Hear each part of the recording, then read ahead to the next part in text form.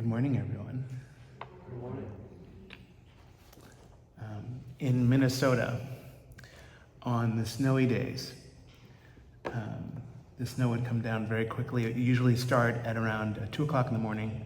So by 6 or 7 o'clock in the morning, there was a good foot or two of snow, and you would know whether or not things were open by whether or not the streets were passable. And by 4 o'clock in the afternoon, they were almost always clear, almost always, even in the smaller neighborhoods. And I lived in one of those smaller neighborhoods on Ramsey Hill. And if on that snowy day at 5 o'clock, you were at the Muddy Pig, which was the local watering hole, you were among the few and the proud and the brave, and you got a gold star. There was a conversation earlier this week about an outbreak of COVID. There are 21 now members of our congregation who have come down with COVID. And so the conversation and the concern was, how shall we gather?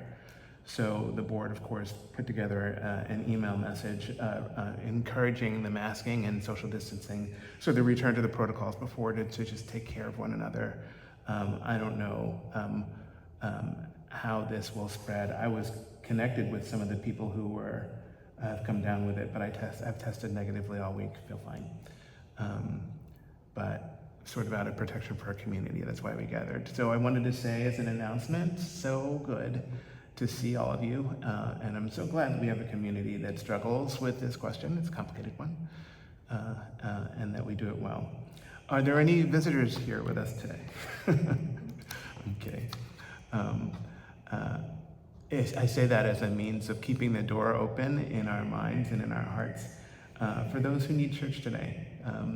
And that was the conversation that we had with the board. Should we shut it down was one of the conversations that was earlier in the week. And you never know who's going to come through the door. It'll be on the day that you think that no one should come, that the person who most needs church might be there that day. So it is our tradition to keep the doors open if at all possible. The minister, Reverend Leon Dunkley, will be delivering the service today. And if there are any children, Tatum Barnes is here for our childcare. How are you all? If this were youth group, I would say let's huddle up right here and let's get rid of the microphone. But the protocols kind of suggest otherwise. But I want you to imagine just, taking off your shoes like we do in youth group and gathering up right here, either on the floor or in the first row in a circle and gather around for our presentation and our morning service this morning. Because of the COVID, the presence of COVID in the community, we're going to refrain from singing today. So all of the music will be sung from our hearts as opposed to our voices. When it comes to our Spirit of Life, I want to ask us to hum that as it's played.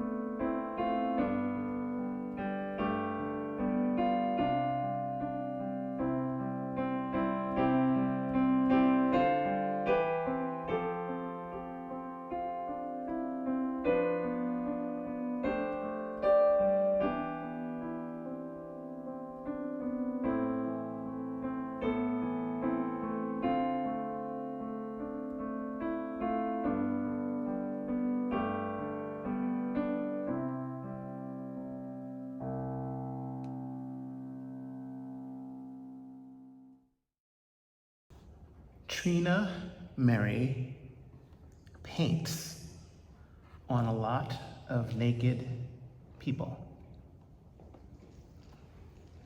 Let me say that again.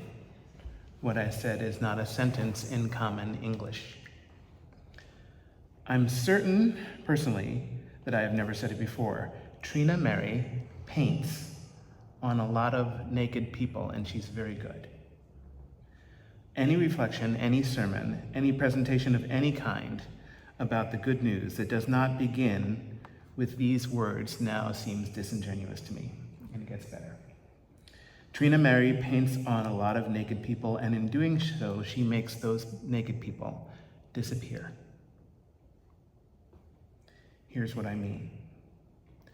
Trina Mary is a multimedia artist who utilizes the ancient medium of body paint in a contemporary manner. She then uses photography and performance and installation, video and digital art to fantastic effect. Quite literally, this wonderful artist paints directly on naked human bodies and creates the illusion that that naked human body isn't there. I met Trina Mary yesterday, and she affected me quite deeply. I like irony. I like reversals, paradoxes. I like when things turn inside out, not in my personal life, but generally. I just like learning how to see things differently. When the flowers come in springtime and color returns after winter, I learn how to see in different ways. When the colors change in autumn and the leaves start falling down to the ground, I learn to see differently. Trina Mary helps me with this process. That's her job, and not just for me, although for me that would be absolutely wonderful. To have one's own personal multimedia body paint artist. It sounds like heaven to me. But that's not what I mean to say when I say that it is her job. It is not Trina's job specifically to help me to see things differently. The role of the artist, in general, is to offer new ways of seeing for everyone. In other words, it's Trina's job to help us all see differently. Her work defies conventional boundaries, according to what I've been reading about her. Trina Mary merges the human form seamlessly with landscapes, with architectures, with cultural symbols from around the world, exploring the themes of identity and unity and activism. Although through her meticulous attention to detail and through her excellent use of light and shadow, she creates the visual tapestry that challenges certain social norms. She creates an experience that prompts the viewer to reflect on one's own authentic self and one's own relationship with the environment. She does this by painting on a lot of naked people. Would you like to be one of her subjects? Me too. I wish I could show you how she does this. If you are interested, let me know. I will direct you to her website for more information, and I happen to know that right now she's painting on someone in the Woodstock area. She's truly stunning. I met Trina yesterday afternoon at Billings Farm. She was one of this year's presenter at the TED Talks Heartland Hill. She goes to beautiful places, to Stonehenge, to Machu Picchu, to the pyramids in Giza, to the Guggenheim Museum in New York City, and she places her subjects before these structures, and she paints their beautiful naked bodies seamlessly and entirely into the background behind them. She paints until they just blend in. She is so wonderfully detailed, so subtle and so carefully nuanced that these naked human bodies almost completely dissolve into the scene. It's ghostly. It's spectacular. They almost sublimate. They almost entirely disappear. That's just so incredibly transgressive in our culture these days. Naked human bodies tend to attract attention. It's a given. It's an absolute constant in our world. Whole industries are based on this assumption. In fact, if any of us, or all of us, right now, right here, were to walk outside to the Woodstock Green, stand in the center of town, and strip down to our proverbial birthday suits, doubtlessly and without fail, we would attract a lot of attention, particularly from the tourists, the media, and the Woodstock police. It's so wonderful to do otherwise. It's subversive, it's transgressive, it's revolutionary to do the opposite. This is the very meaning of the word revolution, which means to spin, to turn completely about, to counter, to invert, to oppose. Public nudity tends to draw attention to the human body. Trina Mary's artwork draws attention through the human body. We disappear into the background. We become Stonehenge. We become Machu Picchu. We become the whole world around us. What could be more beautiful than that? Imagine what it would be like to become the whole wide world, to have that sacred capacity to hold within the boundaries of our bodies, to hold the spiritual rest and peace from places like Stonehenge and Giza, places like Rome or like Jerusalem, places like Kilimanjaro, or the whole mountain range in the Himalayas. To hold that spiritual peace together with the unrest in Sudan and Gaza, in Moscow and in Ukraine, in Israel and within our own hearts. The twin engines of war and peace within us. The twin souls of joy and sorrow. Imagine what it would be like to hold these opposites at the very same time. Of course, we don't have to imagine. This is the nature of our lives. If we are listening, if we are paying attention, this is the central part, the sacred part of what it means to be human. Good morning and good Sunday. I hope that this new day finds you well. Today is Sunday, September the 15th, and the title of this morning's reflection is Good News. It didn't rain on the day of the wedding. The world outside is only halfway broken.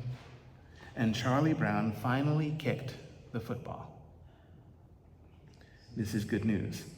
Things are looking up despite our late pandemic struggles and challenges. It is important to remain hopeful. It is important to remain optimistic. Inward choices change the world around us. And as we disappear into the whole wide world around us, as we emerge from it, chin up. Chin up, my beloveds, and let's toast to the good things in life. Let us be truly thankful for the good news.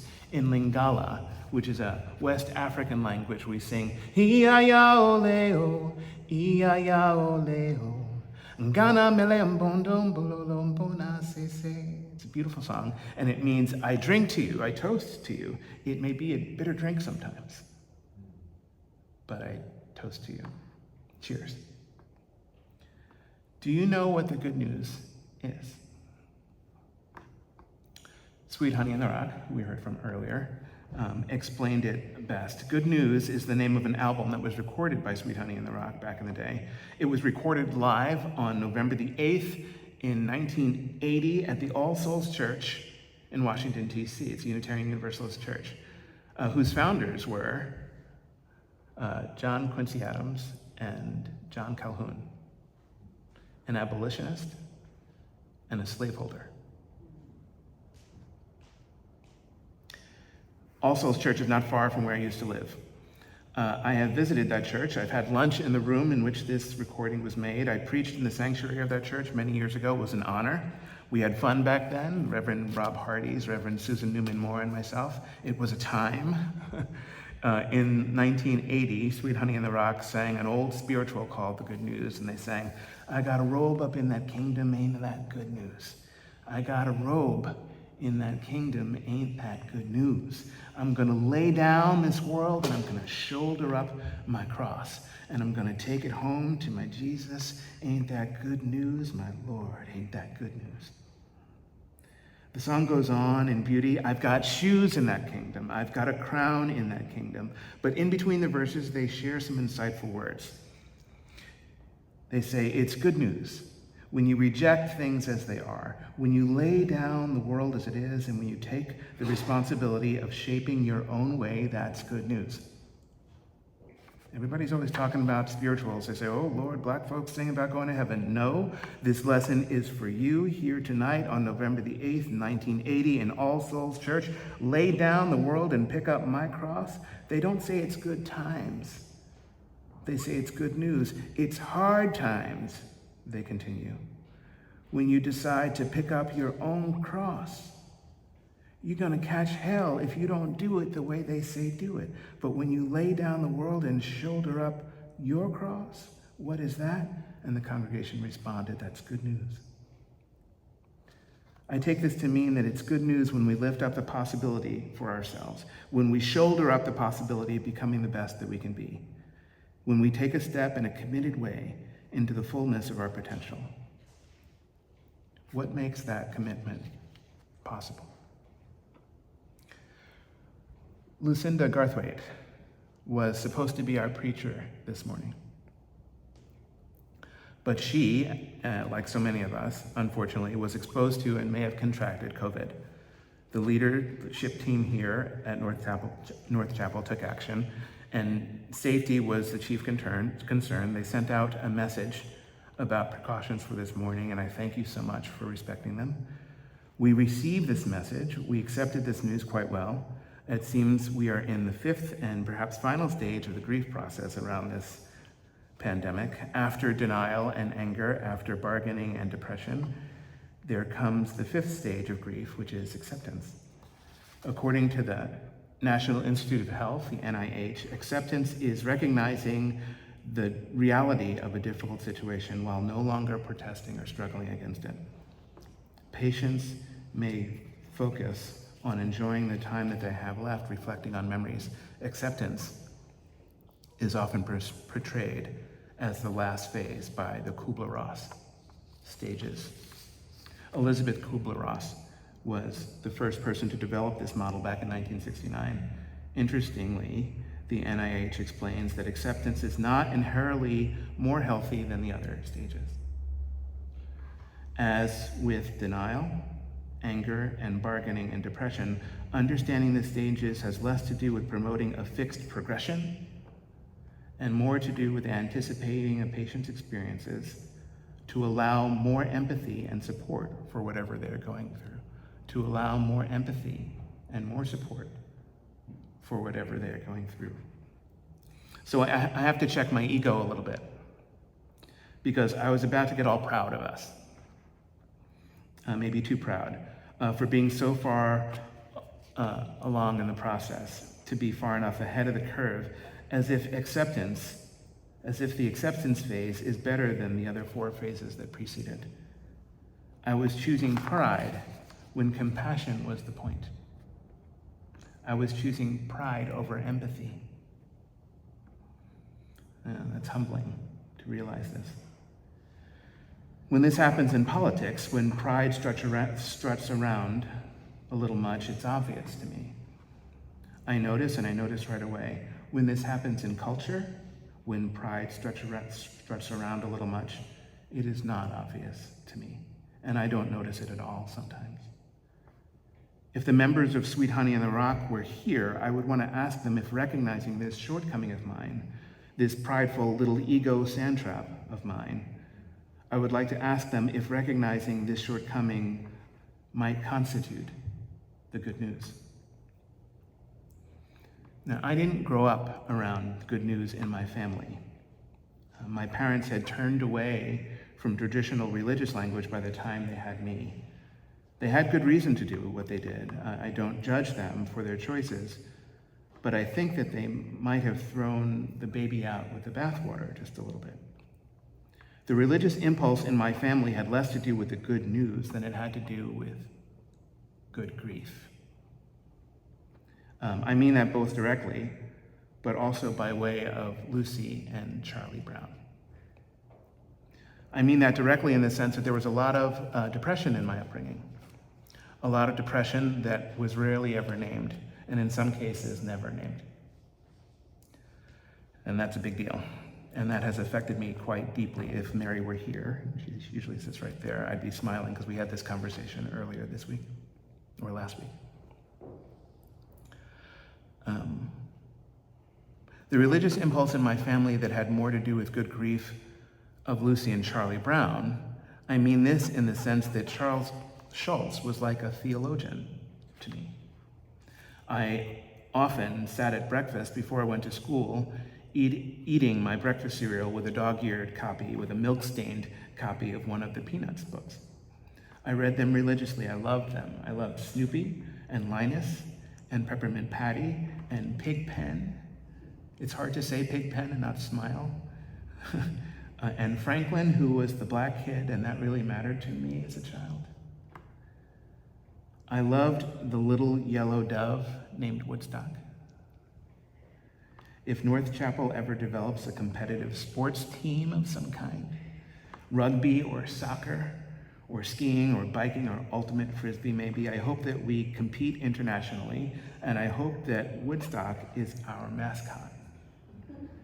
The fiercely loving little yellow dove of the Upper Valley. The more brutal the sport, the better. The incongruity would be hilarious. We could make t-shirts as a fundraiser, maybe.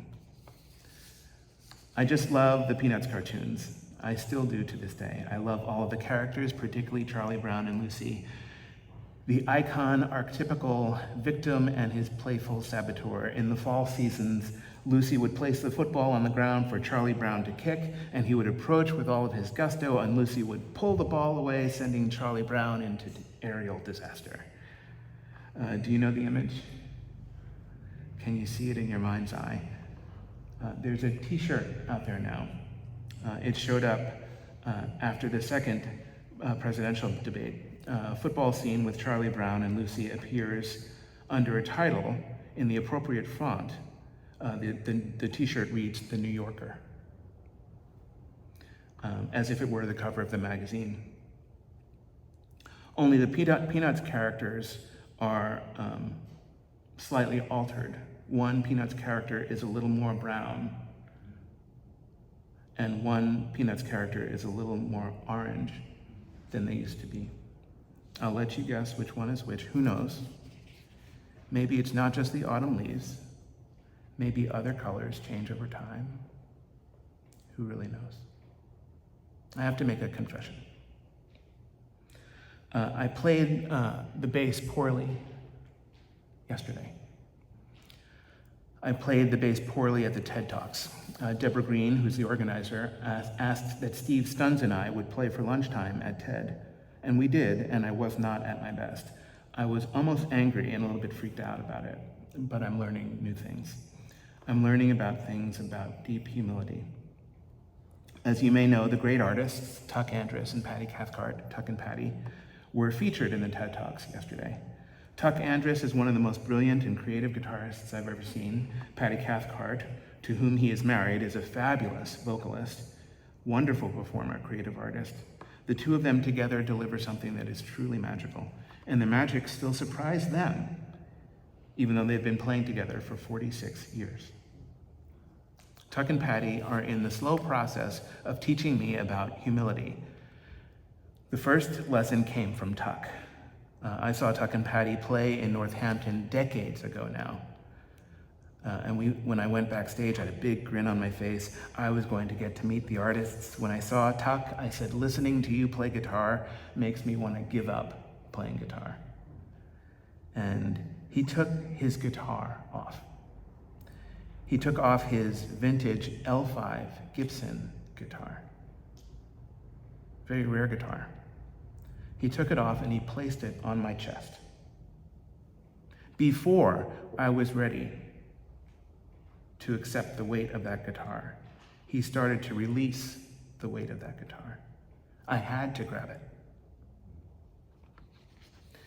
And as I did, he looked at me and he said, hearing you say that you want to stop playing makes me want to stop playing guitar. I've thought about that moment almost every day since. The second lesson came from Patty Cathcart, and it happened just a few days ago. Tuck and Patty were playing at Woodstock Union High School, just down the road. They were doing a workshop for the teenagers. After sharing two songs, an original song called Love Warriors and an instrumental version of Man in the Mirror by Michael Jackson, They asked the students to join them in the art.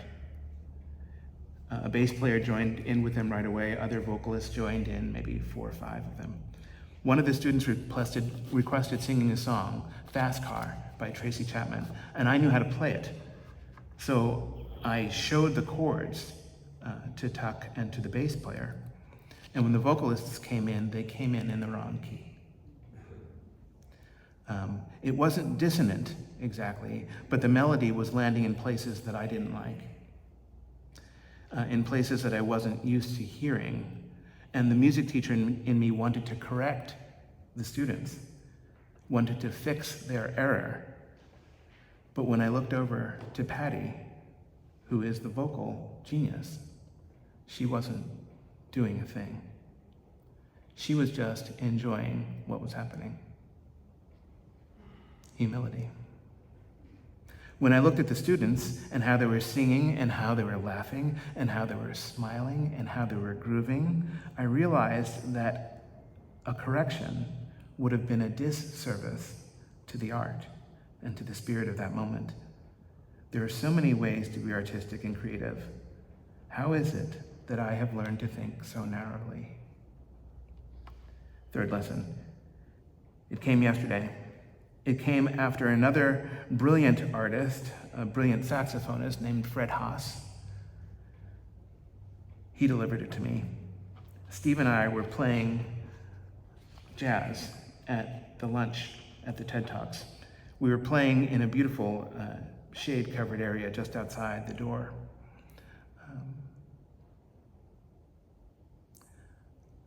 I felt off yesterday. I couldn't hear my instrument. I couldn't tell whether or not I was playing in tune.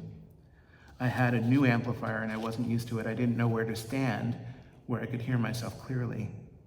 I was searching for the sound, and at that moment, exactly, Fred Haas pulled up a chair and sat down right in front of us and started to listen. So having one of the foremost musicians of the Upper Valley sit down right in front of you and listen to you play when you can't hear your own instrument is not a comfortable experience, to say the least. And he looked at me and he said, "Don't be nervous." And of course, I did not take his advice. I probably said something ridiculously untrue like, "I'm not nervous." But I don't know why I really couldn't focus, especially while Fred was there. When Fred got up and went back inside to continue eating lunch, I wonder if he walked right inside the door and continued to listen to see if his presence had disturbed me, and it had. I played great as soon as he walked away.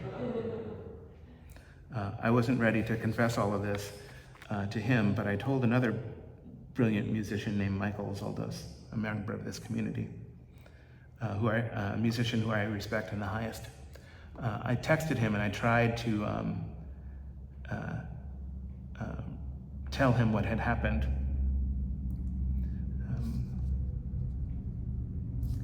And he just said that he wasn't going to be able to meet us for the performance. And just at that moment, Tuck and Patty were getting ready to play. And I'll close with this story right here. Fred Haas was seated in the front row and I was seated behind him.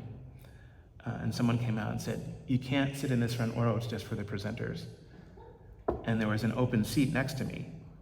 There were 3 open seats here, and there were 4 open seats here. And Fred Haas turned around, saw me and was like, and came over and sat down right next to me. So I pulled out my phone and I showed him the text when I had written Michael Zoldos and said, "Fred walked in and I made a fool of myself," or whatever. And he laughed and he put his arm around me and we watched as Tuck and Patty sang and brought us together. They sang perfectly and imperfectly, just like us. They sang like the miracle that is life. And as Fred was getting up, he just said, "Thank you," and walked away. Our world gets contentious these days, and we look for meaning and value, but maybe levity and gratitude, abundance, and humility is more the key. We're not at odds with each other, we just don't understand each other. Maybe there's a way to soften the belly and move towards one another in faith, in beauty, and in deep humility. I think that that's the good news. Whether it's an uncaptured eagle eager for the sky, or a little yellow dove sleeping on a doghouse. Find the beautiful and the blessed and the good news in this day. If you can't see it within yourself, look for it in others, and it will appear immediately. You'll see it right away. May it be so. Blessed be, and amen.